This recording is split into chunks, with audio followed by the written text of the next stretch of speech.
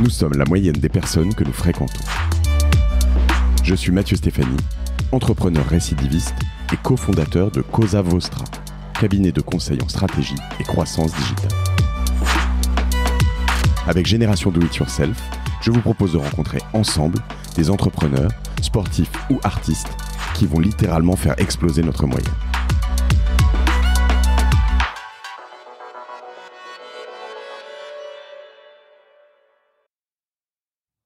Salut à tous, je suis ravi aujourd'hui d'accueillir, je suis dans le petit studio de Cosa Vostra, une fois n'est pas coutume, et j'accueille quelqu'un que je connais bien, je crois que je peux dire ça. Salut Enguerrand. Salut Matt. Alors Enguerrand Marc, c'est dommage qu'on n'ait pas tourné dans cette autre salle parce qu'en fait tu la connais parce que tu as déjà installé un bar dans cette salle. Ouais, en effet. Je me rappelle, c'était pour ton anniversaire. Exactement. Et on est venu en effet faire des petits cocktails pour la soirée d'anniversaire ici dans tes bureaux. Ça avait pas la même gueule. Ça avait pas la même gueule, on avait un peu retourné le bureau, c'était il y a quelques mois. Enguerrand, tu vas me raconter un peu ce que tu fais, d'autant plus que tu fais un truc qui est en fait que beaucoup de gens ont rêvé faire, hein, en fait, une sorte de rêve d'étudiant, voilà. Commençons comme ça, je te demande de te présenter alors. Ok. Alors moi je suis Enguerrand Marc, je suis né le 29 juillet 1989 à Aix-en-Provence. J'ai grandi à Avignon jusqu'à mes 18 ans. À mes 18 ans, je suis parti à Paris. Rejoindre mes amis, mes frères, qui eux étaient déjà basés à Paris pour faire mes études supérieures. J'ai intégré l'école supérieure de journalisme de Paris. En parallèle de ça, j'avais besoin de me faire un peu d'argent à droite à gauche pour les sorties, payer 2-3 conneries, les fringues. Donc du coup, je bossais, j'avais un petit job étudiant dans un bar à cocktail qui était situé rue Oberkampf. Donc tout a démarré un peu de là parce que en fait j'ai commencé à bosser dans ce bar à cocktail pendant mes études. Après j'ai terminé mes études à l'école supérieure de journalisme de Paris. J'ai été journaliste pendant 2 ans et demi chez M6. D'accord. Voilà, à la rédaction du 1245 et du 1945, mais j'étais plus basé sur le 1245. T'étais JRI ? J'étais JRI au départ et après j'étais simplement rédacteur. Journaliste, reporter d'image. Exactement. Ouais, ok, exactement. Rédacteur. Et après, j'ai été plutôt rédacteur pour le 1245. Et en fait, pendant 2 ans chez M6, tout se passait super. À la fin, j'en avais un peu... j'avais un peu fait le tour du format news, qui est un format super enrichissant. M6 m'a appris beaucoup de choses, mais qui est assez rébarbatif. Et donc du coup je commençais à passer un peu des entretiens à droite à gauche pour différentes boîtes de prod, différentes chaînes, et à ce moment-là mon associé et ami d'enfance Victor Grégoire lui revenait. Salut Victor. Ouais. Ouais, qu'on se salue. Lui revenait de Londres. Ok. Lui, il a une formation hôtelière. Il a fait l'école hôtelière de Glion en Suisse. Et lui, il revenait de Londres. Il avait plutôt l'habitude de bosser pour les palaces. Et depuis qu'on était tout gosse, on s'est dit, viens, on monte un bar ensemble. Et il s'est trouvé que le bar dans lequel je bossais quand j'étais étudiant se vendait. Et donc du coup nous on a au début on n'y a pas trop cru et puis derrière on a dit allez allons le visiter. On l'a visité et puis on l'a shooté quoi.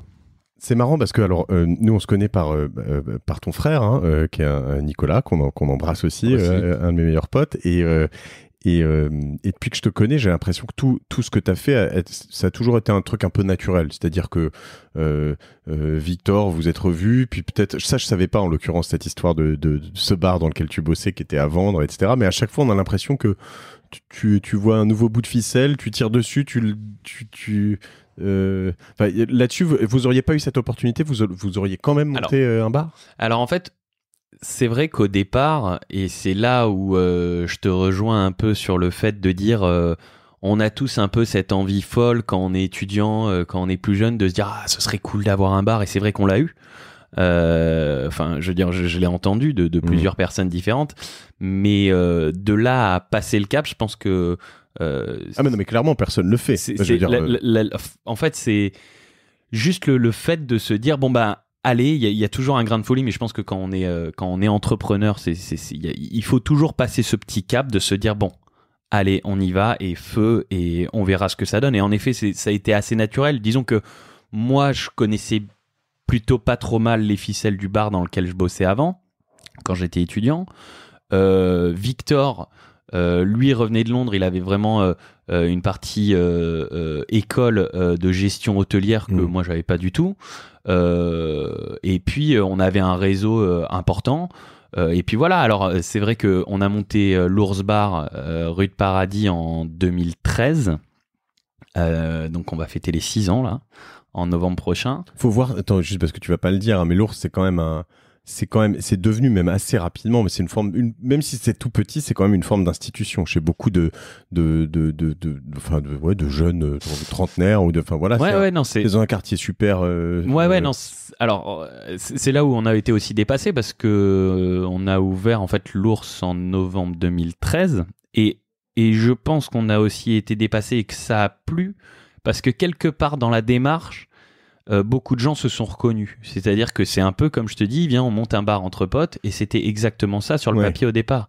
Donc aujourd'hui, moi, mon métier, il est complètement différent à l'aventure qui s'est lancée en 2013 avec Victor, où on s'est tapé sur l'épaule et on s'est dit, bah, let's go, quoi.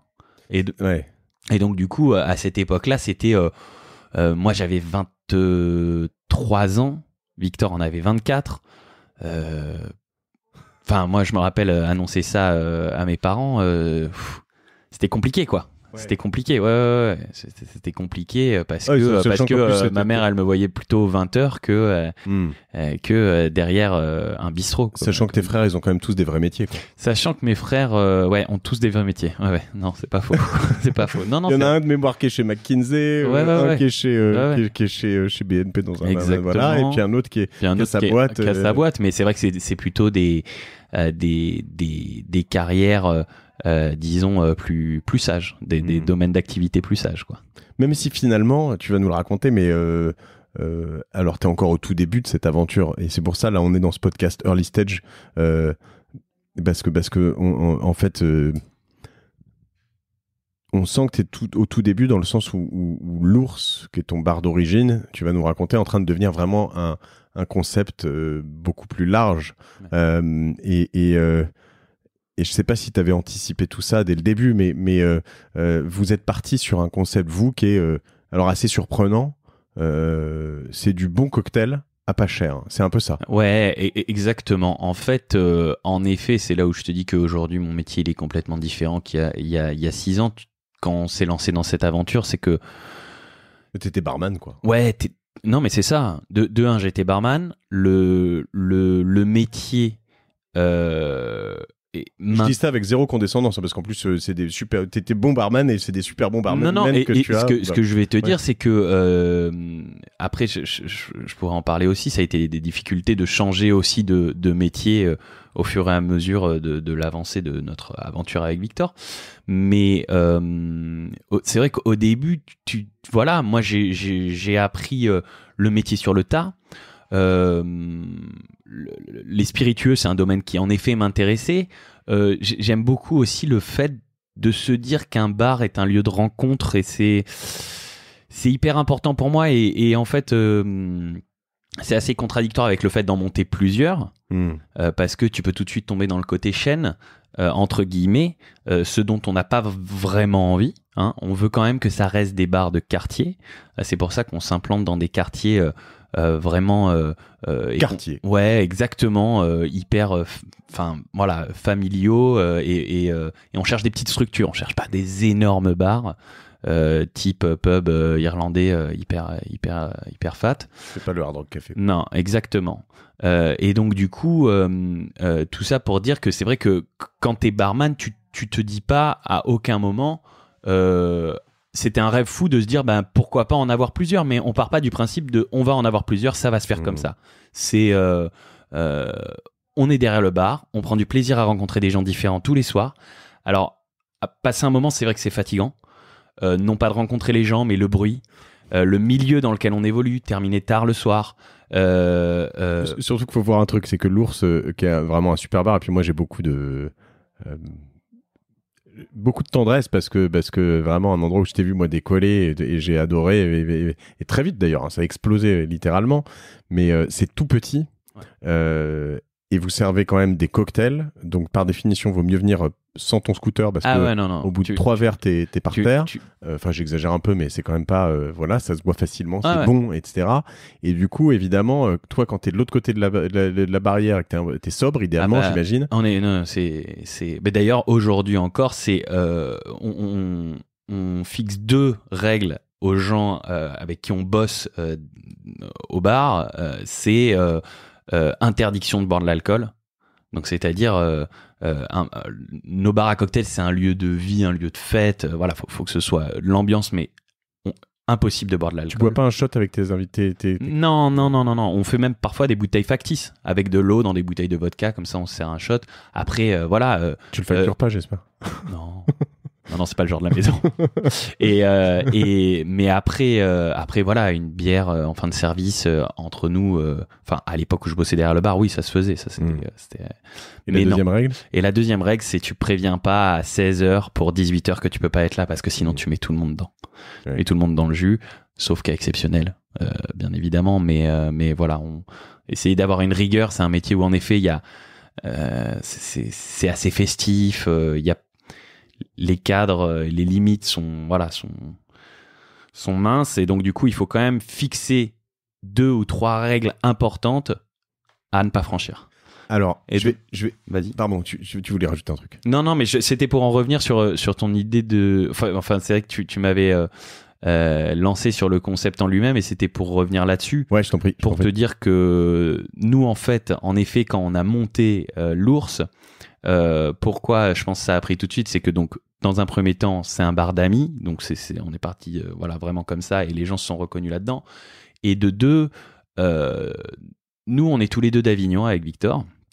Moi je suis un amoureux de Paris, mais c'est vrai que quand on est arrivé d'Avignon, on se check parce qu'on est tous les 2 amoureux de Paris. Ouais, mais je suis pas d'ici, et je terminerai pas ma vie ici, mais c'est vrai que quand on est arrivé d'Avignon, c'était pour nous à Avignon, voilà, les gens parlent avec les mains, ça se tape dans le dos, enfin, je sais pas, c'était beaucoup plus familial, et c'est vrai qu'on est arrivé, on s'est pris tout de suite, bon déjà niveau température ça nous a un peu calmé, mais c'est vrai que ce que je veux dire, c'est que il y a une vraie différence de gérer la clientèle en province, et pas forcément en Provence, mais en province et à Paris. Et c'est vrai que nous on voulait un peu casser avec ça, et notre concept c'est de partir de se dire que mais le nombre de bars où on est allé à l'époque boire un verre et on commande 2 bières, juste bonjour, est-ce que c'est possible d'avoir 2 bières, et la personne pose juste les bières et dit 7 balles,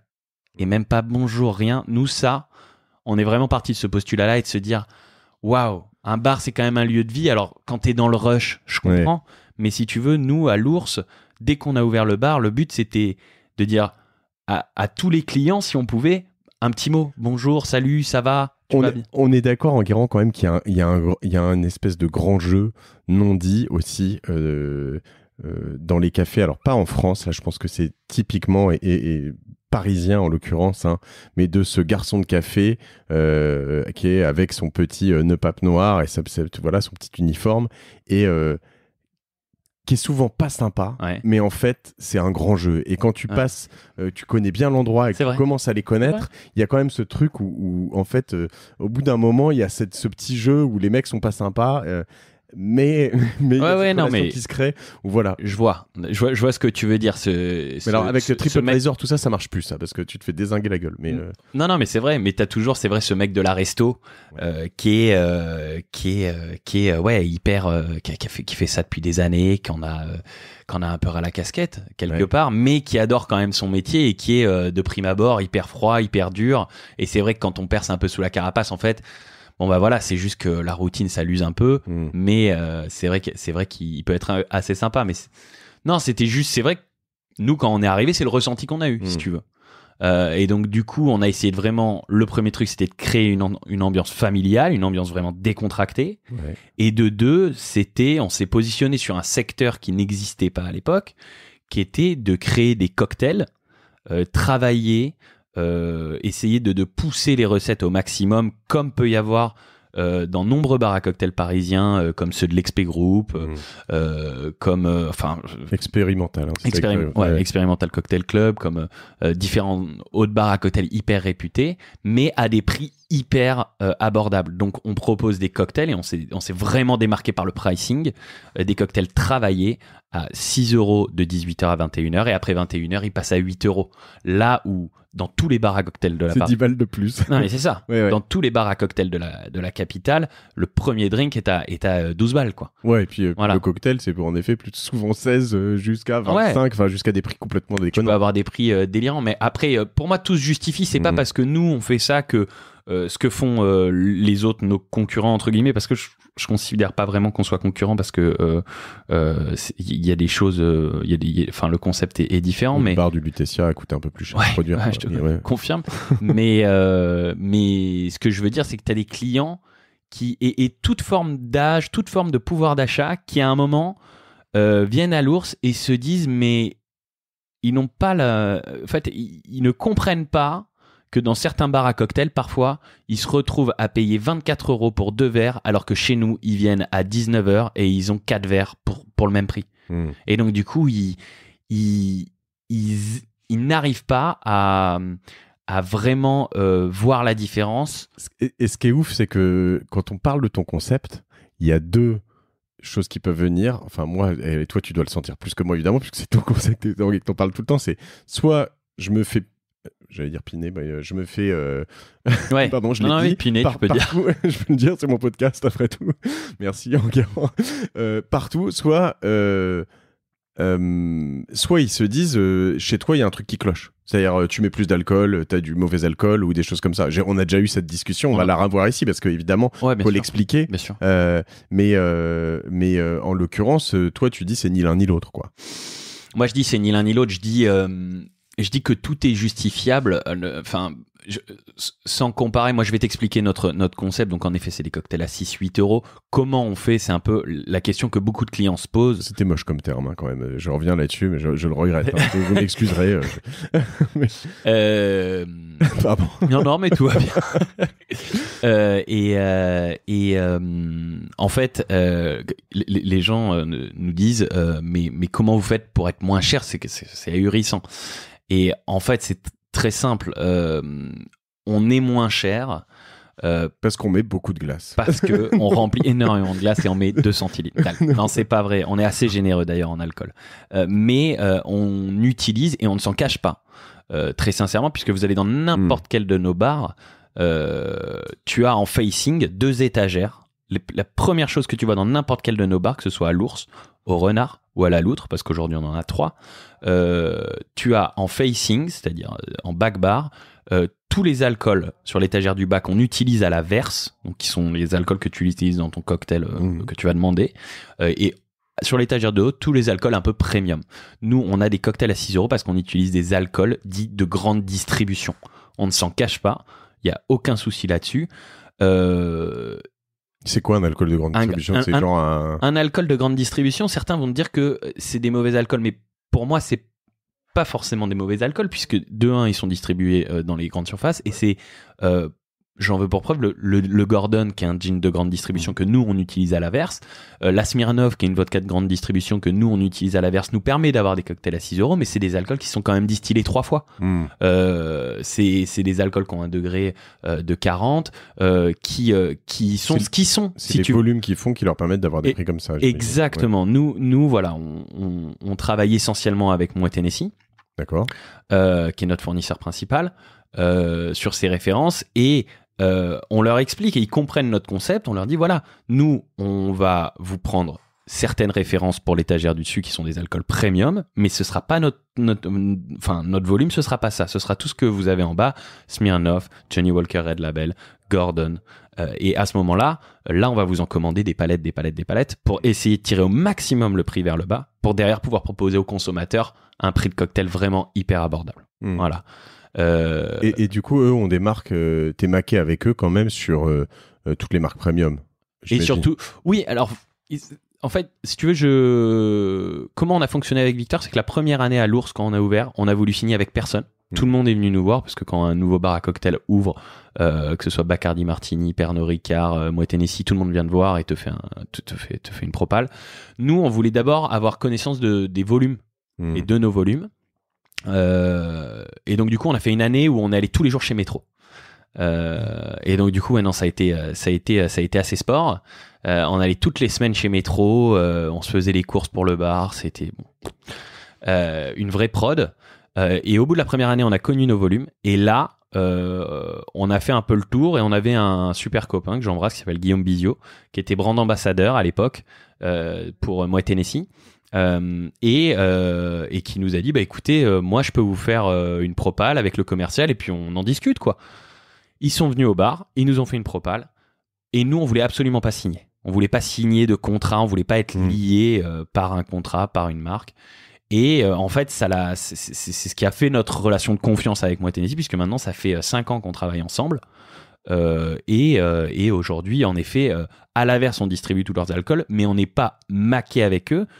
À tel point, c'est que on distribue aussi sur l'étagère du haut plein d'alcools de leurs concurrents. Et ils nous forcent en aucun cas à ça. C'est une belle practice à avoir.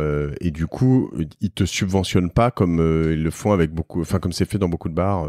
Non, c'est un parti pris parce que en fait, qui dit subvention de marque dit forcément PLV, c'est ça. Dit PLV. Donc PLV, c'est publicité sur le lieu de vente. C'est-à-dire que tu dois afficher des Kronenbourg, des Bacardi, et nous, on a quand même des beaux endroits. On essaye d'avoir des beaux endroits. Alors après, bon, c'est vrai que vu qu'il y a beaucoup de passages parce que les gens viennent et c'est ce qui fait le succès, donc le volume, c'est vrai que bon, les bars prennent un peu cher, donc on est obligé de faire des rafraîchissements chaque année. Mais non, on essaye d'avoir des beaux lieux et c'est vrai qu'on n'a pas du tout envie d'avoir une grosse PLV. Je dis une bêtise, Smirnoff, en gros, c'est pas le genre de la maison, quoi. Ouais, parce que tu finis avec une devanture, toute brandée, tout ça. Exactement. Alors revenons justement sur les métriques et tout ça. Comment donc t'as 23 ans, comment tu crées un bar à 23 ans? Enfin, je veux dire, tu trouves, t'y connais rien quand même, à part, t'as bossé un peu dans un bar, mais tu sais pas, tu sais faire des cocktails, mais... Non, c'est vrai que, et en plus, je vais te dire un truc, l'ours, j'y étais encore samedi, là. J'essaye d'y passer en début de soirée de temps en temps. L'ours, entre l'état où nous on l'a ouvert avec Victor et la première carte de cocktail et la carte de cocktail aujourd'hui de l'Ours Bar qui est proposée, mais il y a un monde immense parce que même si avec Victor on est des éponges et on a essayé à l'époque d'apprendre sur le tas. Attention, dire quand tu es une éponge et que tu vends de l'alcool, ça peut être mal interprété. Non, c'est vrai. On a essayé d'apprendre, si tu veux, sur le tas, se renseigner, lire des bouquins, faire des tests. On a beaucoup bossé, si tu veux, les recettes. Aujourd'hui, nos gars, ils proposent des cartes de cocktails et des cocktails hyper pointus.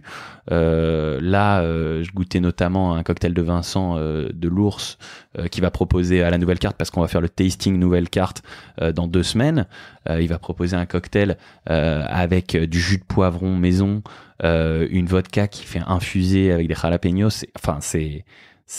T'as des trucs très pointus là où nous à l'époque c'était beaucoup plus terre à terre, quoi. T'avais un sirop, on essayait de mettre un petit coup de jus de citron.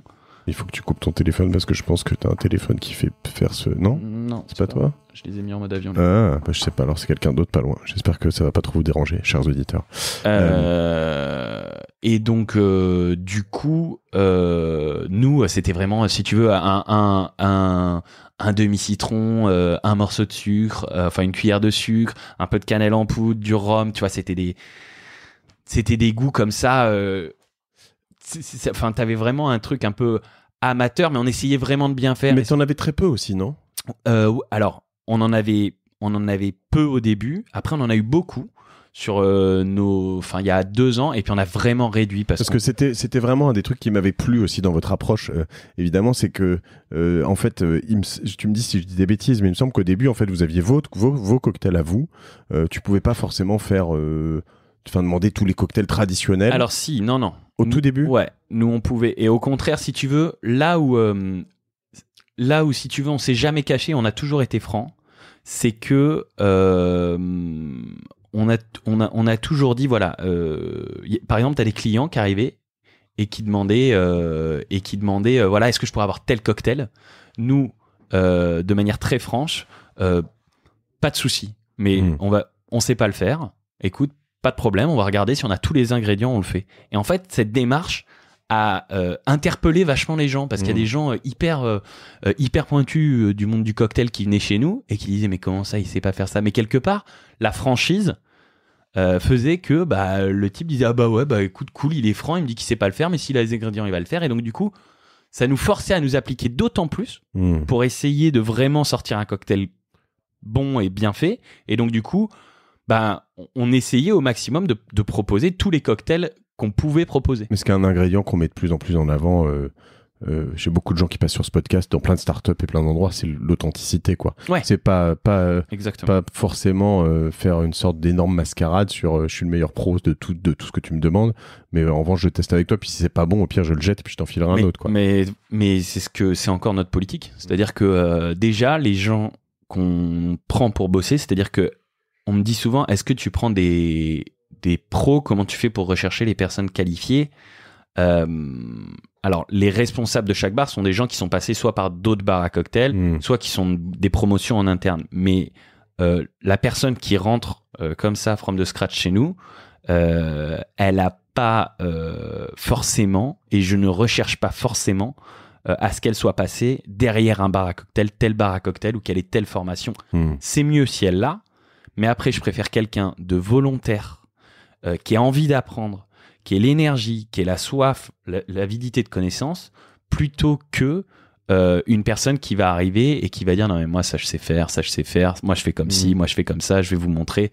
Une question d'état d'esprit plutôt que de compétence. Exactement. Ouais. Et je pense que ça paye toujours, parce que du coup c'est vrai que l'authenticité, comme tu dis, en fait il n'y a pas de mal à dire voilà, je sais pas faire. C'est pas dans mon domaine de compétences, mais je vais essayer de tout faire pour le faire pour toi. Et je trouve que c'est payant. Moi, dans mes expériences personnelles, je préfère. Je suis assez, voire complètement pro sur cette approche dans toutes les expériences pro que je peux avoir, etc. C'est à sa limite si tu parles à un cardiologue, quoi, évidemment, ouais, parce que le mec, s'il doit faire un massage cardiaque ou je sais pas, c'est plus compliqué. Mais en effet, je te rejoins carrément là-dessus, sur le fait que l'état d'esprit compte souvent beaucoup plus que les compétences. Mais pour revenir à ma question sur le tout début, au-delà des compétences sur les cocktails, c'est quoi la modélisation économique? Ça coûte combien d'ouvrir un bar? Comment tu achètes un pas de porte quand tu l'as jamais fait? Enfin, c'est quoi? Comment toi, t'as pas d'argent en plus au début, j'imagine, Victor non plus. Donc comment vous faites ça? Victor, il avait un peu d'argent de côté. Surtout que, pardon, pour finir complètement cette question, souvent le sponsor de l'alcool te permet d'avoir les 20, 30, 40 000 euros dont tu as besoin pour approcher de la banque. Des prêts brasseurs, tu as des prêts en effet auprès des marques et tout qui peuvent te permettre de... Et vous en avez pas profité, quoi. Non, nous on n'en a pas profité. On a eu la chance de ne pas en profiter. On a eu l'opportunité de ne pas en profiter. Alors comment ça s'est passé? C'est-à-dire que donc en effet, moi je travaillais dans ce petit bar à cocktail quand j'étais étudiant. Les propriétaires de ce bar, qui étaient devenus des amis au fur et à mesure du temps, me disent eux ils en avaient deux, ils en avaient un rue Oberkampf et un rue de Paradis, qui était une cave à vin. D'ailleurs je les embrasse, cela dit au passage, j'y pense, parce que c'est Jean-Charles Bravo et Jean Navarre que j'embrasse fort, parce que c'est vrai qu'aujourd'hui quelque part c'est un peu à eux que je dois, si je suis là en train de te parler. C'est bien de le faire. Voilà. Et donc du coup ils avaient ce bar à vin, cave à vin, qui était rue de Paradis, qui prenait pas trop, et donc voilà, au débeauté ils me disent est-ce que ça t'intéresse? Je dis ok, on y va. Feu avec Victor, l'histoire se passe, et déjà, vu que c'était des amis qui nous vendaient ce bar, il y avait tout de suite une relation de confiance. C'est-à-dire que c'est des gens même si on parle de sommes d'argent importantes à l'époque, pour nous... Combien? 160 000 euros. Voilà. Donc et là, tu n'achètes même pas le... Nous, on achète le fonds de commerce. Donc un fonds de commerce, c'est juste le droit de rentrer là-dedans, alors que tu n'as pas les murs qui appartiennent à quelqu'un. Tu continues à payer un loyer à quelqu'un d'autre. Mais c'est ce qui équivaut à dire, comme j'ai un bon emplacement, en me mettant ici, je devrais gagner suffisamment d'argent pour payer ce fonds de commerce. C'est à peu près ce qu'il faisait en chiffre d'affaires. Voilà. Mais eux... une année de chiffre d'affaires, donc à peu près. Voilà, exactement. Alors après, eux, c'est différent. Ils étaient vraiment dans une logique de s'en séparer parce qu'ils avaient vraiment des problèmes de gestion de personnel. Ils arrivaient pas à gérer ils n'arrivaient pas à gérer le personnel, à trouver du monde pour leur premier bar, puis du monde pour leur deuxième bar. Et puis en effet, c'était un concept différent puisque dans leur premier bar, ils faisaient des cocktails, là, ils faisaient du vin. Bon, bref. Donc du coup, on tombe d'accord sur 160 000 euros. Donc là, c'est un emprunt sur 7 ans, c'est souvent le cas, non? Alors, c'est souvent le cas. En fait, on a eu la chance d'avoir des friends and families. Ok. Victor, lui, il avait son grand-père lui avait légué une somme d'argent qu'il a injecté et en l'occurrence nous de notre côté, enfin je parle pour moi et pour Victor, après on est allé voir un peu à droite à gauche. Mon frère, notamment un de mes frères, nous a vraiment beaucoup aidé. Donc ils deviennent tous actionnaires? Et non, en C'est fait, du prêt? c'est de l'apport en compte courant. Ah, trop bien. Voilà. Et donc du Super. coup, ouais. Et donc du coup, moi je me rappelle, si tu veux, que donc on doit de l'argent à mon frère, et je me rappelle, si tu veux, que à l'époque 160 000 euros, c'était une somme énorme quand j'avais 23 ans, et c'est encore une belle somme. Mais si tu veux,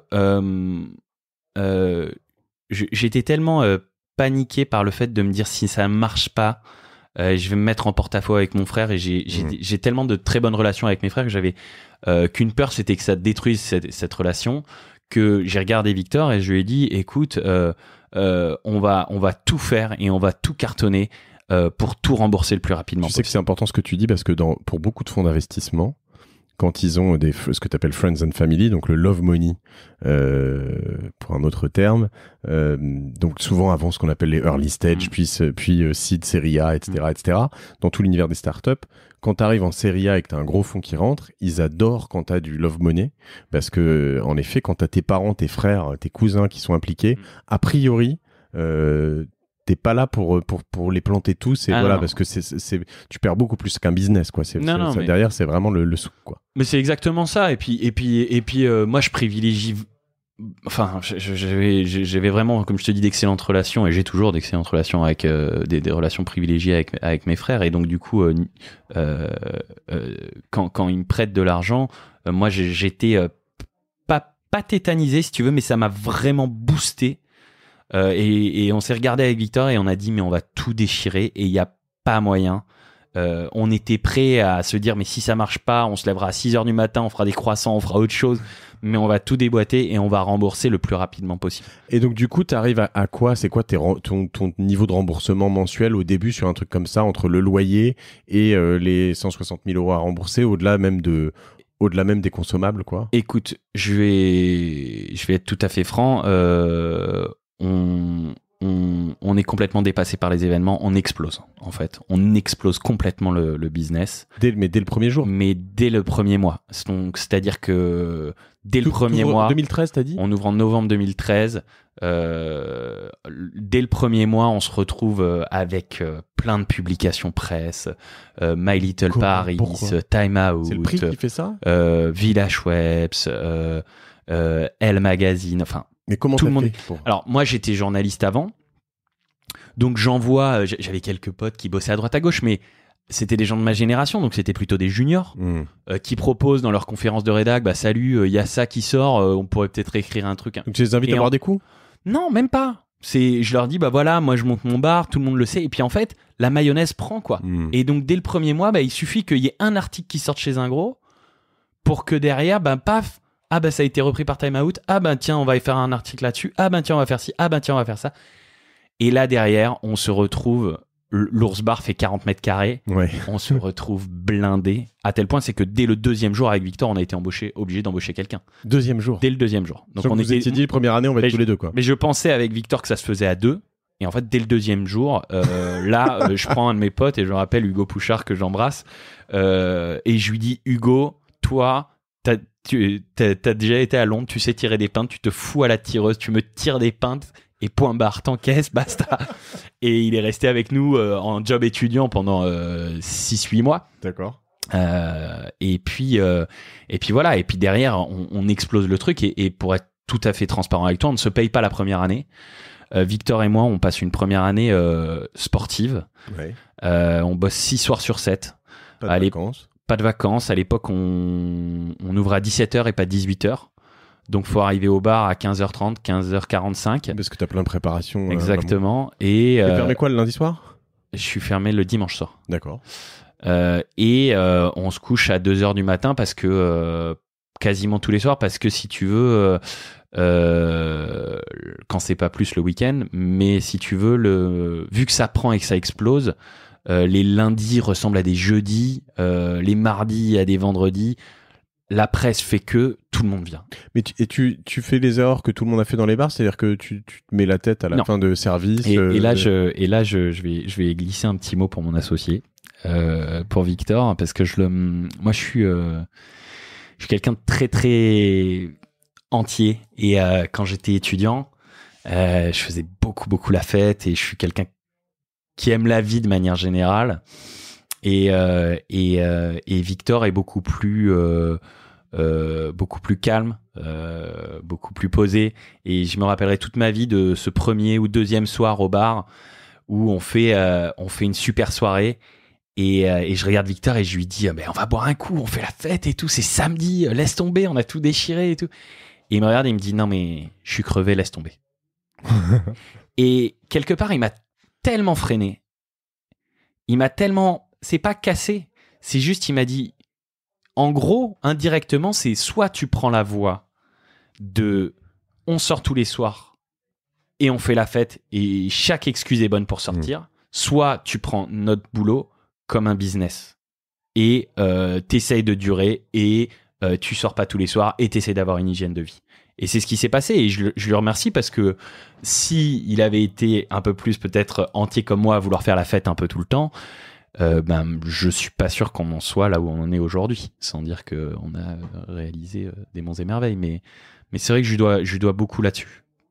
Et c'est d'autant plus intéressant parce qu'en effet, je pense que c'est clairement les pièges dans ces métiers. Hein, clairement, et puis tu les vois parce que moi je vois il y a des types avec qui on a monté des bars, des restos en même temps, et puis t'as des personnalités où les mecs, forcément c'est le milieu de la fête, et c'est pour ça que je te dis qu'on interdit à nos gars de boire, c'est parce que c'est le milieu de la fête et tu peux vite être pris dans le truc, quoi. Et si t'as pas une hygiène de vie irréprochable et que tu ne considères pas ça comme un travail et comme un abusement, là ça devient dangereux. Et donc du coup, nous on n'est pas tombé dans ce travers-là, et pour le coup on a eu de la chance. Après on a fait d'autres erreurs parce que à l'époque, je te dis, on passe une première année où on explose et on a du monde tous les soirs. Et si tu veux, on n'avait aucun process, on processait rien, donc on arrivait à 15h30 parce qu'on ouvrait à 17h, et puis vu que la fermeture s'était pas processée, on terminait à 3h30. Et donc la première année, quand je te dis qu'on n'a pas vu le jour, c'était dur à la fin. Mais c'est quoi un process dans un bar? Ah bah aujourd'hui, par exemple, chaque ouverture de bar, les gens arrivent à 17h, le bar est ouvert à 18h. On a un process de fermeture, on a 3 postes à cocktail dans chaque bar, qui sont des postes spécialisés. Et en gros, pour te donner un exemple type du vendredi soir, ben, tu as un poste qui ferme à minuit 30. Le premier poste qui est fermé, il dure 20 minutes à être fermé. Il est minuit 50. La personne fermé, ça veut dire nettoyer et tout. Okay. La personne qui a terminé son premier poste, elle commence à nettoyer un peu la salle. La deuxième personne, à 1h du matin, ferme son poste. Il reste plus qu'une personne à débiter des cocktails à 1h20. Donc ça calme un peu les gens. Ça calme, et c'est surtout aussi pour des raisons de gestion horaire. Pour que, en gros, à 2h du matin, tout le monde soit dehors. Quand je dis tout le monde, c'est que ce soit les clients que les staffs. D'accord. Voilà. Comme ça, les gens commencent à 17h et terminent à 2h. Il est hyper important pour moi qu'il y ait ça. Pourquoi ? Parce que la restauration, c'est quand même un métier. Pour l'avoir vécu, on te dit non, mais c'est de telle heure à telle heure, et en fait, ça déborde d'une demi-heure de plus, ou ça déborde de 3/4 d'heure de plus. Et c'est une demi-heure ou 3/4 d'heure, ils sont, entre guillemets, ils font partie du métier. Si tu les acceptes pas, Et c'est un truc que, pour moi, tout travail mérite salaire, et s'il y a une demi-heure de plus, elle doit être réglée. Et donc, c'est pour ça qu'on a tout processé pour se dire et connaître le fait que les gars arrivent à 17h, ils terminent à 2h du matin, et c'est pas pas une minute de plus, pas une minute de moins, parce que nous, on l'a fait. Donc, on ne veut pas entendre, on a terminé à 2h30 ou à 3h du matin parce qu'il y avait du monde. Non. La règle, c'est premier poste fermé à minuit et demi, deuxième poste fermé à 1h, troisième poste à 1h20. Et vous avez le temps en 40 minutes de terminer la salle. On le sait puisqu'on l'a fait. C'est nous qui avons établi les process. Et alors du coup, vous avez duré, vous avez grossi très vite. Alors tu dis, tu t'es fait dépasser, vous avez embauché assez vite. Ouais, on a embauché comme ça des potes en job étudiant. Parce qu'en effet, à chaque fois que je suis revenu, en fait, tu sais, c'est ce genre de truc où moi j'y vais pas. T'as ouvert ton premier bar l'année où j'ai eu mon premier enfant. Donc c'est les moments où tu sors peut-être un peu moins. Et du coup tu débarques et puis tu reviens 6 mois après, le truc a plus rien à voir. Et puis toi t'es plus là, tu vois. Enfin c'est un peu bizarre. Puis après tu t'en ouvres un autre et puis après tu vas nous raconter un peu tout ça. Mais du coup en fait à chaque fois que j'arrivais, j'avais l'impression que c'était complètement différent. Et ce qui est marrant c'est que quand je te vois à chaque fois. T'es toujours dans l'expectative de ce qui va arriver après, quoi. C'est assez. Ouais. Après, j'essaye de vivre le moment présent, mais forcément, j'essaye de garder un maximum les pieds sur terre. Mais j'aspire à d'autres choses, mais ça, on en parlera peut-être plus tard, quoi. Bon, mais... on va y venir justement. L'ours dont on a pas mal parlé. Ouais. Moi, je connais aussi donc le renard. Exactement. Tu as aussi la loutre. Exactement. Donc plutôt l'ours c'est dans le centre, le renard, la loutre c'est plutôt dans l'est. Donc alors, on a rue de Paradis, rue Jean-Pierre Timbaud et rue Sambre-et-Meuse, rue Sainte-Marthe en fait. Ouais. Le renard c'est le deuxième qu'on a ouvert. On l'a ouvert en 2017. Et on a ouvert. Déjà, moi, je suis venu boire tu te souviens que je suis venu boire des coups au renard des bières avant que tu l'ouvres. Bien sûr, c'était en travaux. T'étais passé avec Nico, je me rappelle. Et en fait, en 2019 de cette année, en janvier 2019, on a signé en septembre 2018. Et en janvier 2019, on a ouvert la loutre. D'accord. Donc ça fait 3. Aujourd'hui, donc il y en a un qui est beaucoup plus 2 qui sont plus gros, je sais pas. Mais il y en a. Alors, le renard, il est gros. Hein. Le renard fait 120 mètres carrés, c'est le plus gros qu'on ait. Et je vais te dire un truc, je pense, après rien n'est définitif, mais je pense que c'est la plus grosse, le plus gros qu'on aura. Parce que en termes de gestion, ça pose un peu des limites. Et puis comme je te disais. Là où on cherche vraiment à faire des bars à cocktails de quartier, plus t'es gros, moins tu ressembles à un bar à cocktail de quartier. Tu veux pas aller comme, tu vois, j'ai reçu sur ce podcast Tigran Sedou, et donc Big Mama Group, et tu veux pas aller sur des sortes de méta bars à cocktail. Ils arrivent à garder une forme d'esprit un peu familial, je pense, en tout cas chaleureux, avec des trucs énormes. Ils sont, Mais après ils ont moi j'ai beaucoup de respect pour eux, c'est beau ce qu'ils font, c'est super, mais on n'a pas les mêmes moyens à la base, si tu veux. Ils créent des lieux qui sont magnifiques, quoi, qui sont sublimes, parce que ils arrivent à vraiment injecter beaucoup dans leurs travaux et avec beaucoup de goût, cela dit en passant. Et donc du coup ça rend des lieux parfaits et hyper chaleureux. Ouais, je dois te rendre hommage aussi, hein. C'est peut-être plus simple, mais vous faites des choses pas mal, hein. Ouais, on fait des choses très cool. On fait des choses très cool avec notamment le cabinet d'architecture Secousse qui nous suit déjà depuis des années. D'accord. Je pense aussi à Marianne Ratier qui est notre illustratrice, qui fait tous les papiers peints de tous les bars, qui a un talent fou. C'est vrai, fou. Ouais. Et puis voilà, après je pense aussi au designer André Bito, qui est lui basé à Portland, qui travaille pour Nike, mais qui nous suit depuis le début. Et puis voilà, non, on essaye d'avoir un code similaire, voilà. Et aujourd'hui, le plus gros, c'est lequel? C'est le renard. C'est le renard, même en chiffre d'affaires, du coup, évidemment. Ouais, exactement. Qui fait 120 mètres carrés, avec une salle privatisable. En fait, on est rentré avec Victor dans ce bar-là, on cherchait un endroit plus grand, avec un espace. On nous demandait souvent à l'ours, est-ce que vous privatisez? La réponse était non, on ne veut pas privatiser parce qu'on veut que tous les gens puissent venir. C'est-à-dire que le côté populaire, voilà, quartier, quoi. Exactement. Ouais. Tu veux venir un samedi soir avec ta femme, tu viens. Tu veux venir avec des potes, tu viens. Et on veut pas te fermer la porte parce que pas possible. Ce soir c'est privatisé pour l'anniversaire de 40 mètres carrés. Tu le privatises tous les samedis, quoi. Ouais, exactement, exactement. Et puis c'est tirer une balle dans le pied, probablement. Ouais, et puis tu vois, c'est pour l'argent. Enfin, il y a un côté le faire pour l'argent, parce que qui dit privatisation dit garantie, dit devis accepté, et donc du coup nous, dans l'idée, c'est pas comme ça qu'on a créé l'Ours. L'Ours, c'était un bar de quartier avant tout, tu vois. C'est un lieu de rencontre. Je me marre parce que je lis je voulais te poser des questions sur sur justement l'évolution de ton métier depuis 2013, parce que je crois que ça a quand même beaucoup évolué. Mais du coup, je regarde, tu sais, j'ai fait un épisode avec Louisa Arsène de Malou.io, donc qui accompagne pas mal de restaurateurs, etc., dans leur notation en ligne notamment et leur e-réputation. Et je vois sur la page, quand je tape l'Ours Bar, par exemple, sur Google, je vois la définition, enfin, ou la description: bar à cocktail à l'ambiance décontractée et conviviale dans un décor avec bois et papier peint orné d'ours. Exactement. J'aime bien le truc. Mais je vais te dire un truc, c'est pas nous qui l'avons écrit. Ça. Je vois surtout la note de 4,5 sur 5 avec 520 avis, donc c'est quand même énorme. Au-delà de ces avis, donc tu peux peut-être me parler, mais il y a aussi... dans les évolutions majeures, je pense qu'il y a, par exemple, il y a plus d'espèces quasiment, si, ou c'est quoi les quelques gros trucs qui ont changé depuis 2013, quoi? Eh ben, tu parles de l'espèce, j'ai envie de dire principalement l'espèce. Ouais. Pour le mode de fonctionnement, ouais, on a de moins en fait le contactless a killé l'espèce. Alors c'est toujours, on dit ça avec un sourire en coin de bouche parce que le métier de restaurateur, c'est quand même le métier qui dit restaurateur dit black. Ouais. Nous, on n'est pas du tout. De un, on ne peut pas parce qu'on a dupliqué et qu'aujourd'hui on n'est plus du tout dans les bars.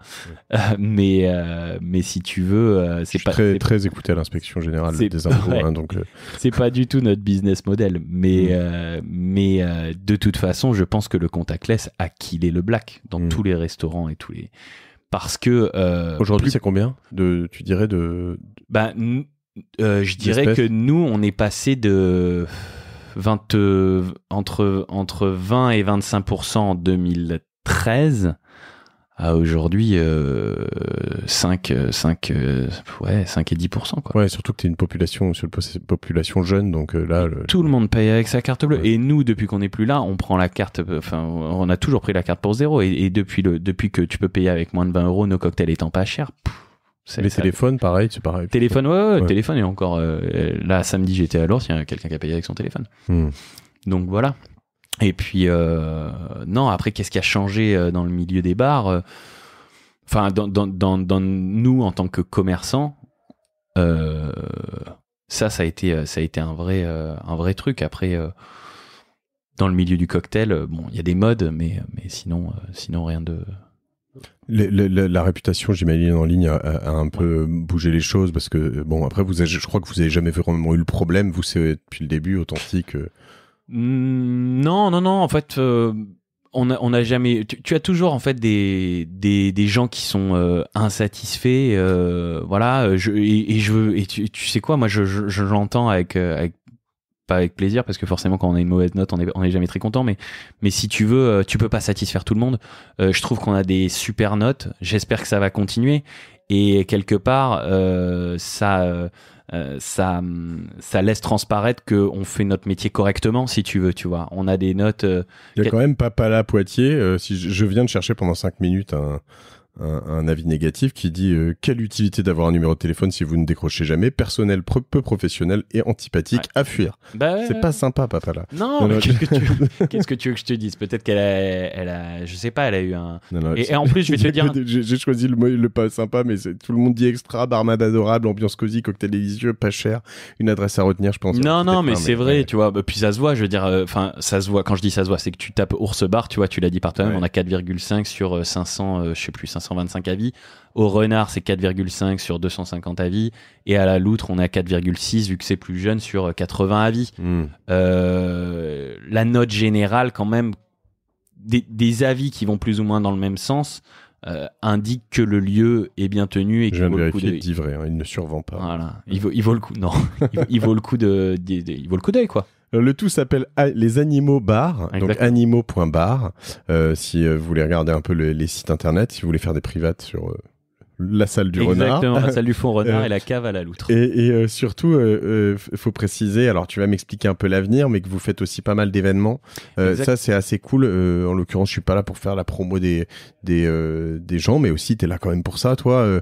Moi, je l'ai utilisé, tu l'as dit, hein, pour mon anniversaire, et voilà. Je remercie aussi ma femme qui me l'a offert, en l'occurrence. Mais c'est un super truc parce que vous arrivez, vous installez un bar, c'est simple, c'est hyper bon. Je te dis, même ma fille, que vous avez des sans-alcool, elle a retenu que de ça de mon anniversaire, donc c'est vraiment hyper chouette. Ça représente quoi de votre chiffre d'affaires, ça, l'événementiel? Alors écoute, de plus en plus, aujourd'hui, si tu prends Animo Bar, c'est-à-dire les 3 bars et l'événementiel, je vais te dire que ça représente en gros 30%. Du coup, c'est quoi le chiffre d'affaires général? Ça c'est bon, je peux pas trop en parler, mais enfin si je peux te dire, on est autour de, si tu veux, pour l'événementiel, on est autour de 600 700. Ah ouais, donc t'es au-delà de 2 millions quoi, au total. Non, au total, si t'es à 30%. Non, au global, on est à 1,8 million. D'accord, ouais, c'est ça, 30%, ouais, un tiers. Et très bien. Ouais, donc c'est ton plus gros bar, l'événementiel, quoi. C'est un de nos, ouais, on est super content de ce qu'on fait, si tu veux. On est super content de ce qu'on fait, et cette année, on fait une année record. Pourquoi on fait une année record? Parce que on a réussi vraiment à pérenniser la chose et à vraiment se développer en proposant des bars à cocktails de manière hebdomadaire dans certains lieux. Donc si tu veux, nous quand on a monté donc des lieux tiers. Exactement. Bar à cocktail, où ça par exemple? Eh ben je sais pas si dire. ouais, je sais pas si j'ai, non, je crois que mais pour des grandes marques de luxe. Ouais, OK, voilà. Très bien. Pour des grandes marques de luxe, de grands groupes, je peux pas en parler, mais si tu veux, aujourd'hui dans certaines boutiques, tu vas et tu as un bar à cocktail sans alcool, où on te sert des cocktails sans alcool. Bien sûr, on est en marque blanche, mais c'est des gens de chez nous qui font les cocktails. Voilà. Trop bien. Et nous, en fait, on est parti d'un postulat simple, c'est que donc, du coup, on a fait l'ours bar, on a fait le renard bar, et on s'est dit, top, nos cocktails plaisent. Avant de trouver la loutre, ou pendant de trouver la loutre, essayons d'exporter ces cocktails sur le lieu d'événement. Et en fait, ça a tout de suite pris. On a commencé à travailler pour certaines maisons de luxe. Et en fait, une fois que tu as mis un pied dans une grande maison de luxe, quelque part, ça légitime un peu ton travail. Et derrière, on a pu se vendre pour n'importe qui, à droite, à gauche. Encore une fois, ce que vous faites, c'est bon, quoi. Donc, je veux dire, une fois que tu as goûté le bon, c'est ce que dit Christophe Serral dans le dernier podcast, t'iras pas retourner sur du mauvais, quoi. Donc, non, mais c'est sympa. Ça fait toujours plaisir d'entendre ça, parce que c'est vrai qu'on se donne du mal. Et là, je salue pour le coup le directeur événementiel chez nous, qui est Lucas. Qui lui a fait un super taf l'année dernière. Pourquoi on fait une année record cette année? Parce que Lucas s'est démené, il a fait beaucoup de boulot, beaucoup de presse, et là justement tu vois, après notre entretien, je vais faire un autre rendez-vous dans une autre belle boîte d'événementiel parisienne. Donc voilà, le but c'est vraiment de développer ça, parce que pour nous ça nous permet d'avoir des bars un peu à droite à gauche en marque blanche, ou des événements un peu en marque blanche, et en même temps faire nos cocktails et les exporter et nous faire connaître, quoi. Et donc à la fois tu veux pas forcément je veux dire standardiser ton truc et faire un Starbucks des animaux, mais à la fois vous êtes quand même en croissance et en ouverture d'endroits. Donc la difficulté, je sais pas, tu vas nous raconter, mais c'est d'être capable d'ouvrir sans créer une sorte de factory, d'usine un peu, tout en gardant ce côté familial cool. C'est quoi les projets là-dessus, et comment tu fais pour garder ce truc authentique, quoi? Je pense que tu gardes ce truc authentique, enfin la partie bar, de par ce que je te disais tout à l'heure, de par la taille, en fait. Je pense que plus t'es petit, plus t'es modulable, plus t'es intimiste avec ton client, plus tu crées des liens sympas avec les gens de quartier et tout ça. Et c'est vraiment quelque chose que nous, on veut créer. Après, dans notre modèle de développement, là où je dis qu'on veut pas créer du Starbucks et on veut pas faire une chaîne, c'est que aujourd'hui, on projette d'en ouvrir encore 2 à Paris. Et après, pas plus, si tu veux. Et derrière, on aimerait bien en ouvrir. On commence à regarder activement dans d'autres villes importantes en France, comme Lille, Lyon et Bordeaux. Tu vois, tu parlais tout à l'heure du groupe Big Mama. Nous, on regarde vachement ce que font les autres, on s'inspire, tu vois, parce que on est bien loin de leur développement, mais tu vois, même petit, on s'inspire, on regarde, et c'est vrai que, tu vois, le fait qu'ils soient allés s'installer à Lille, pour nous, c'est un indicateur. Voilà, donc nous, on recherche à en ouvrir encore 2 autres à Paris, dans des quartiers comme le Second, comme South Pigalle, des quartiers qui sont jeunes, qui bougent, mais en même temps qui sont voilà, assez familiaux. Et puis voilà, après 17e quand même, ça je sais que 17e t'aimerais beaucoup, mais non, c'est pas au menu. Mais pourquoi pas au Batignolles, mais c'est pas au menu. Si on trouve un beau local, why not? La Plaine Monceau, c'est le meilleur quartier de... Sûr. C'est pas gagné. On va en reparler. Et du coup, typiquement dans les gens qui nous écoutent, eux, à part te trouver un local, un endroit, etc., toi, tu cherches pas de partenaire. T'es vraiment dans un truc, c'est ouvert en propre. Tu fais pas de franchise ou de choses comme ça. Moi, je vais être franc. Donc, si tu veux, on a ouvert le premier grâce à des Friends and Families. Le deuxième, on l'a ouvert en propre avec Victor. Que tous les deux. Et en fait, on l'a ouvert en 2017 et donc en 2018, en septembre 2018, on a shooté La Loutre. Et donc, vu que c'était 1 an après, on est allé voir, à l'époque, on était à la Société Générale, on est allé voir notre banquière qui nous a dit laissez tomber. Jamais on te prêtera d'argent. Jamais on te prêtera de thunes. Donc, du coup, nous, un peu. Moi, la Société Générale, ils me prêtent de l'argent. Ouais, nous, on était un peu, un peu énervés par cette manière de faire. Surtout que, si tu veux, les chiffres sont ressentés. C'est-à-dire que l'ours, voilà, on l'a ouvert, en 15 mois, on l'a remboursé. Ouais. Voilà, on s'est pas payé pendant une année, en 15 mois, on l'a remboursé. Le renard, on avait fait un prévisionnel. Donc, ça fait plus de 10 000 € par mois quand même à rembourser, quoi. Ouais. Le renard, on l'a ouvert, on avait fait un prévisionnel, on a fait le double la première année. Donc, si tu veux, il y a quand même des indicateurs. Tu vas voir ton banquier, tu lui dis bon, le premier, on l'a ouvert, on l'a remboursé en 15 mois. Le deuxième, on a fait un prévisionnel haut, on l'a explosé, on a fait le double. Là, on vient vous voir pour un troisième. Vous vous rendez bien compte que notre concept de cocktail à 6-8 euros, c'est quelque chose qui prend, quoi. Ça parle, puisque nous... C'est plus un concept... Enfin, c'est validé par la Fédé, quoi. C'est plus lié à nous, puisque nous, on n'est même plus dans les bars. Ouais. On n'a plus le temps. Donc, la réussite des bars n'est plus liée à nous, elle est liée au concept, au fait que le cocktail n'est pas cher, bon, bien travaillé, et qu'on essaye de sortir du mieux qu'on peut des cocktails sympas. Et là, la banquière nous a dit, bon, allez-y, bougez, j'ai pas le temps, jamais on vous prêtera d'argent. Pas sympa. Et, vraiment, moi, j'en garde un très mauvais souvenir.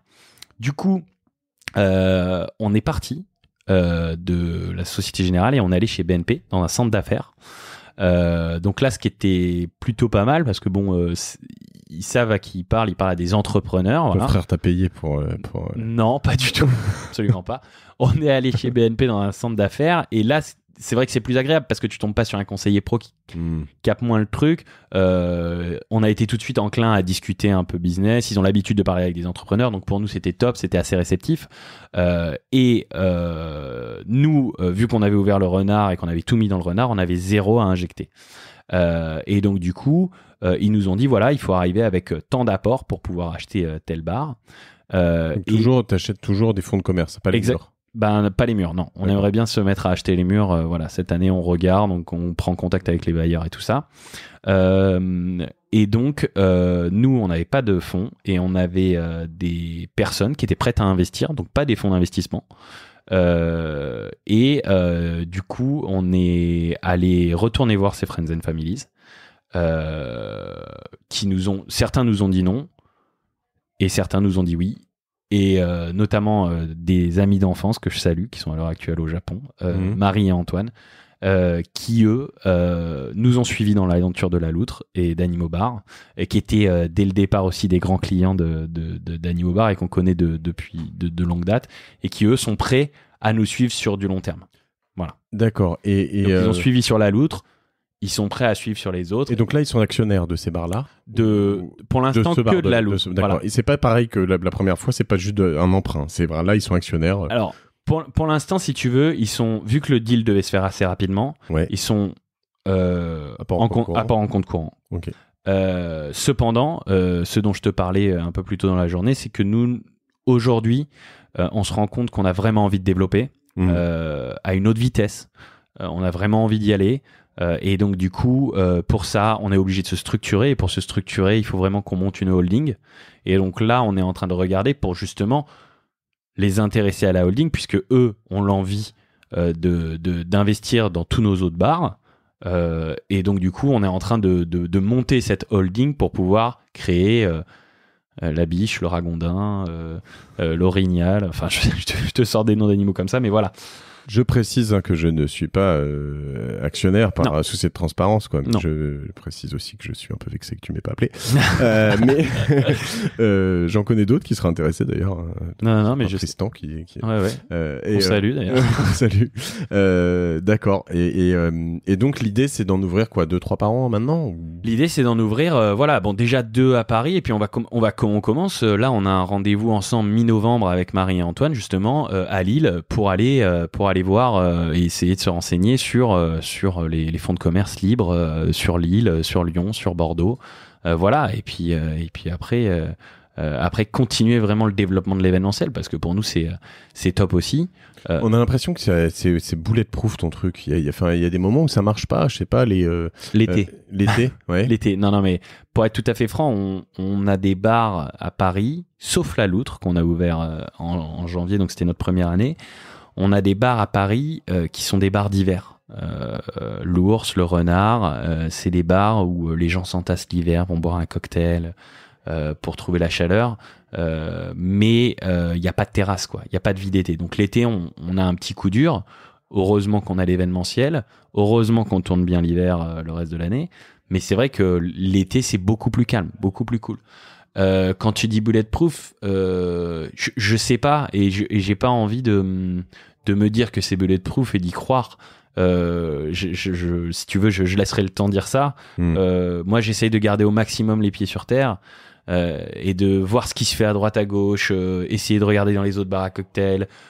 Quels sont les tarifs, qu'est-ce qu'on peut proposer, comment on peut le proposer, comment améliorer nos recettes de cocktails, comment proposer tel sirop maison plutôt que tel sirop industriel parce qu'on a trop de volume, comment et tout ça c'est des réflexions que j'ai et qu'on m'apporte aussi que les gens avec qui on travaille. Je pense à Kevin, à Cameron qui m'ont encore proposé à la Loutre la semaine dernière de prendre du temps, d'avoir 2 ou 3 heures supplémentaires pour créer leur propre sirop, pour améliorer les cocktails. Donc tu vois, tout ça je pense qu'il faut rester les pieds sur terre. Je pense pas que ce soit, enfin, peut-être que c'est bulletproof, mais c'est le temps qui le dira. Mais si tu veux, ouais, faut continuer à bosser et rester dans le truc, quoi. Trop bien. Et du coup, t'as une vague idée de ce que ce sera dans 10 ans ou enfin, jusqu'où vous voulez aller, les ambitions les plus folles là-dessus. Les ambitions. Tu vas avoir The Bear à London et. Écoute, non, mais les ambitions les plus folles, c'est oui, déjà en avoir peut-être 10-15 en France. C'est pour ça que je dis une chaîne entre guillemets parce que un chaînon. Comment ? Un petit chaînon plus qu'une chaîne. Exactement, un chaînon parce que je pense pas que ce soit ça puisse s'implanter partout si tu veux. On a quand même un côté un peu branchouille entre guillemets et je pense pas que un animal bar peut aller partout si tu veux. Et c'est quoi ton qu'est-ce qui fait que quelqu'un qui nous écoute peut pas l'ouvrir à Besançon, quoi ? Je sais pas, je connais pas Besançon, faudrait une étude de marché. Non, mais peut-être que ça peut aller à Besançon, mais je sais pas s'il y a vraiment une culture cocktail. Tu vois, s'il y a vraiment une culture cocktail là-bas. Dans toutes les villes de France, voilà, la clientèle. Voilà, est-ce que la clientèle est là pour ça ? Est-ce que c'est, je sais pas. Tu vois, c'est vraiment. T'es encore assez peu copié ? Je touche du bois, j'ai pas encore trouvé de bar à cocktail pur à 6 €, 8 €. Voilà, j'espère que ça va pas arriver demain. Non, et puis après, les rêves les plus fous, ce serait en effet aller à l'étranger, ce serait beau. Aller à l'étranger, et puis aussi se diversifier, tu vois. on a fait une réunion justement avec nos investisseurs et amis Marie et Antoine cet été. On parlait de lieux réceptifs, tu vois, avoir un superbe mas en Provence, avoir quelque chose sur la côte basque où tu organises des mariages et puis tu vends le service cocktail bar, tu vois, ou alors essayer d'avoir un petit hôtel, ou voilà, c'est des projets auxquels on parle. Là, pour l'instant, c'est vrai que l'objectif numéro 1, c'est vraiment développer et ouvrir plusieurs animaux. Et puis voilà. Après, on verra. Hein. On verra. Écoute, trop cool. Je vais te poser une ou deux petites questions avant de finir tout ça. Ouais, bien sûr. Est-ce que tu as des habitudes, je sais pas, de lecture, d'écoute, d'apprentissage? Comment tu apprends? Et est-ce que tu as des livres à nous recommander? Alors non, très sincèrement, j'ai pas de. Je lis beaucoup la presse, mais Ouais. c'est pas là-dedans que j'apprends.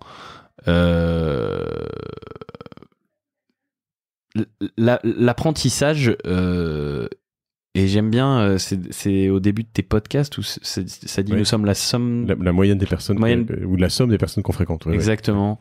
L'apprentissage, je le prends là-dedans. Je le prends là-dedans, je le prends dans les rencontres que je fais, je le prends sur le terrain. La moyenne, pardon. Oui. Ouais. Et je le prends sur le terrain, j'essaye d'apprendre de mes erreurs, de mes échecs, je le prends dans la discussion avec les autres.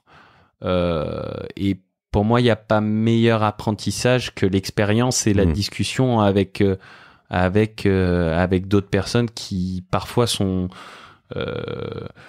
sujets au même questionnement ou ont vécu les mêmes choses et l'ont abordé de telle manière ou de telle manière. J'ai pas de lecture particulière, l'apprentissage je le fais comme ça. Et puis voilà, j'essaye d'avoir de mettre au cœur l'humain à chaque fois. C'est quelque chose qui me tient à cœur. J'essaye de proposer des conditions salariales aux gens avec qui je bosse qui sont sympas, une ambiance de travail sympa. J'essaie que dès qu'il y a un problème avec un staff, j'essaie d'être forcément, moi je peux pas toujours être à l'écoute, mais que le directeur opérationnel qui est Frédéric, qui est avec nous et qui s'occupe de gérer les relations des 3 bars, il essaye d'être là. Voilà, j'essaye d'être proche de mes équipes du maximum que je peux. Aujourd'hui, on en a 3. Peut-être que dans 10, je pourrais plus être aussi proche, mais j'essaierai d'être proche avec les gens qui géreront ça, quoi. je te filerai plein de lectures, tu verras. Ouais. Et j'aime bien aussi parler un peu des moments difficiles, parce que je pense que c'est important, et ça marque toutes les vies d'entrepreneurs. Si je dois te demander depuis 2013 avec Victor, ou toi d'ailleurs, hein, personnellement, peut-être les deux, enfin, ta pire nuit blanche, ou en tout cas la vallée de la mort que tu as pu traverser, s'il y a des moments qui te marquent, où tu te dis...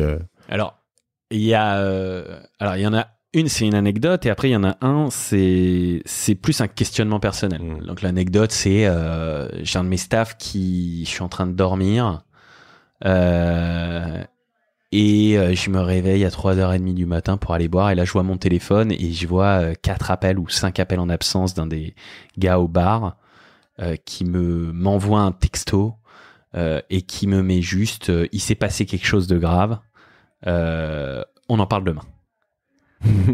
Merci. Donc là il est 3h45 du matin, autant dire que je n'ai pas fermé l'œil de la nuit. J'ai appelé 50 fois sur son portable pour essayer de le réveiller. Bon, il dormait. En l'occurrence, c'était pas si grave que ça. Je touche du bois. Il y avait eu une embrouille entre clients, mais bon, ça a pris des grosses proportions. Ça m'avait mis mal, mais c'est vraiment purement anecdotique. Non, les vrais questionnements, et c'est pas des nuits blanches, mais c'est plutôt de se dire, moi, je suis quelqu'un d'assez simple, et le fait de me dire aujourd'hui j'ai 3 bars, une entreprise de traiteurs qui fonctionne, et c'est en fait le questionnement dont je te parle, je l'ai eu il y a pas longtemps, j'ai eu la réponse, enfin je me suis donné un choix, il était de se dire bah voilà, ça fonctionne, je suis heureux, d'un point de vue professionnel ça marche, où est-ce que je veux aller maintenant? Et est-ce que je pars dans une entreprise où je développe et je vis pour ça, entre guillemets, hein, quand je dis je vis pour ça, c'est je développe et mon business ce sera ça dans la vie, ou alors Je garde ça de côté. J'ai 3 bars. Je suis très heureux. Donc, est-ce que je suis en early stage ou est-ce que j'ai accompli mon truc et maintenant je fais tourner le machin? Exactement. Et c'est pas de se dire je suis en early stage où je fais tourner le machin, c'est plus de se dire je vais faire autre chose. Tu vois? Se dire je vais toujours rester un peu dans le milieu du bar, mais je vais partir, je sais pas, me mettre faire du théâtre, tu vois, ou retourner dans le journalisme à la prod, ou tu vois. Et en fait, la réponse ça a été pas mal de questionnements, et la réponse elle est que je suis en early stage, quoi. Et je me suis donné cette réponse parce que je me suis dit go, faut y aller, et je suis super content. Mais c'est vrai que ça a été beaucoup de questionnements, mais je suis hyper heureux, et quelque part je me le dis pas trop, mais avec Victor je suis super fier de ce qu'on a fait et de ce qu'on est en train de faire, et j'espère que ça va continuer encore un bon moment, et que quand je te dis que peut-être un jour un hôtel, et peut-être un jour des lieux réceptifs, et peut-être un jour d'autres choses, voilà, on continue. Là on va voir le prochain, puis le second, puis celui d'après, et puis voilà. Top. Écoute, je vous le souhaite avec Victor. C'est cool. On peut te contacter sur LinkedIn, je pense, Enguerrand Marc, peut-être alors Instagram. Alors non, j'ai pas LinkedIn. On peut me contacter sur Instagram @animobar, ANIMAUXBARS.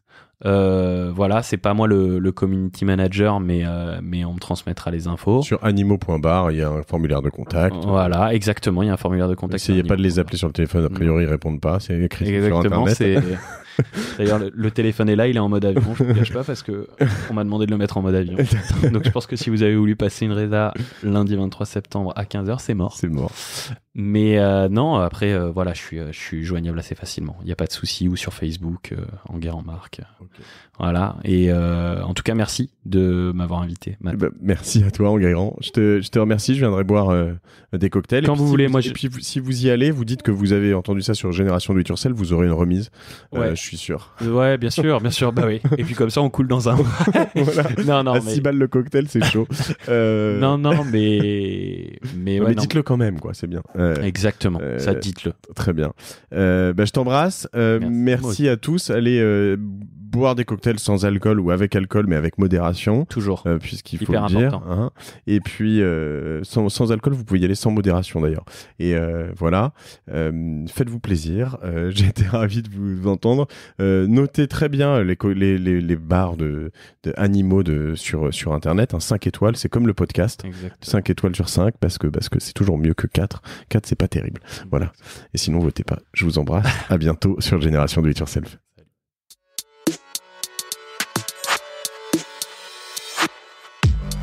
Bravo, vous avez écouté cet épisode de Génération Do It Yourself jusqu'au bout.